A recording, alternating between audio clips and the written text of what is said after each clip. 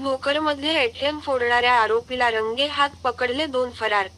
भोकर शहरातील बसस्टँडकडे जाणाऱ्या मुख्य रस्त्यावरील सुलोचनाताई ढुले यांच्या एका व्यापारी गाळ्यात असलेल्या इंडिया वन एटीएम मशीनचे कॅश डिस्पेन्सर खोलून चोरी करण्याचा प्रयत्न करणाऱ्या तरुणास सामाजिक कार्यकर्त्या सुलोचना ढुले व त्यांचा मुलगा आनंद ढुले व पत्रकार एजाज कुरेशी यांनी रंगेहात पकडून पोलिसांच्या हवाली केल्याने त्यांच्या धाडसाचे कौतुक होत आहे. सविस्तर माहिती अशी की जुलै 19, 2024 रोजी रात्री 8 वाजताच्या सुमारास सुलोचनाताई ढुले यांच्या कॉम्प्लेक्समधील एटीएम मशीनचे बसस्थानक रस्त्यावरील व्यापारी गाळे आहेत.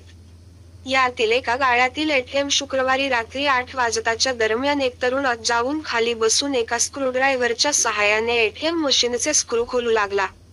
याच दरम्यान गाळे मालक ढुलेताई यांनी आवाज ऐकून एटीएम दाराजवळ गेली असता तो पळून जाण्याचा तयारीत होता. सुलोचनाबाई यांनी मोठे धाडस करून त्यास बाहेर येण्यास मज्जाव केला व आपल्या मुलास आनंद ढुले यास पत्रकार एजाज कुरेशी यांना बोलावून घेतले. आनंद ढुले यांनी त्या तरुणास तू कोण आहेस, नाव सांग म्हणताच त्याने रमेश नामदेव राठोड, 26 रा.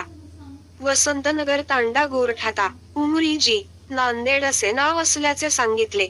आरोपीने तब्बल 1 लाखांचे एटीएमचे नुकसान केले. आनंद ढुले व एजाज कुरेशी यांनी नागरिकांच्या मदतीने त्यास पकडून पोलिसांना माहिती दिली.